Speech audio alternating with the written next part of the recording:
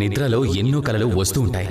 కొన్ని సంతోషకరమైనవి, కొన్ని బాధ పెట్టేవి, కొన్ని ఎంతో భయంకరమైనవి. నిజం చెప్పాలంటే వీటిపైన మనకు ఎలాంటి సంబంధం ఉండదు. కానీ నేను కొంతమందిని ఇలా కూడా చూశాను. వాళ్ళు కళ్ళు తెరిచి కలలు కంటున్నారు, అలాగే జీవిస్తుంటారు.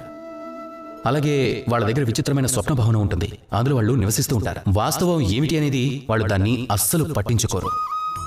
ఇంకొంతమంది ఎలా ఉంటారంటే వాళ్ళలో కొద్దిపాటి జ్ఞానం కూడా ఉండదు, అంతవరకు పర్వాలేదు.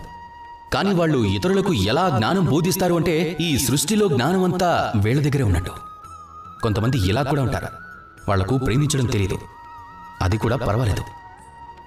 కానీ ఎలాంటి మాటలు చెప్తారంటే ప్రేమ గురించి మొత్తం అంతా తనకే తెలుసు అన్నట్టుగా చెప్తూ ఉంటారు. అంటే మీరు కూడా అలానే చేస్తారని మాత్రం నేను చెప్పడం లేదు, కానీ ఇలానే చేసేవాళ్ళు కొంతమంది ఉన్నారు. అయితే ఆ వ్యక్తి ఒకటి గుర్తుపెట్టుకోవాలి, ఆ వ్యక్తి ఇతర వ్యక్తులకు కాదు, తమకు తామే చెడు చేసుకుంటున్నారని. ఎందుకంటే అలా చేయటం వల్ల తమ తప్పులను, తమ బలహీనతల్ని ఈ ప్రపంచం నుంచి కాదు, తన నుంచి దాచుకుంటున్నాడు. ఒకసారి మీకు మీరే ఆలోచించుకోండి. పూర్తిగా మిమ్మల్ని మీరు అర్థం చేసుకోవడం లేదు అన్నది. మీ బలహీనతను, మీ తప్పులను స్వయంగా మీరే అర్థం చేసుకోకపోతే మిమ్మల్ని మీరు మార్చుకోవాలి అనేది ఎలా అర్థం చేసుకుంటారు? మీకు మీరుగా స్వయంగా మీ తప్పులను స్వీకరించాల్సి ఉంటుంది.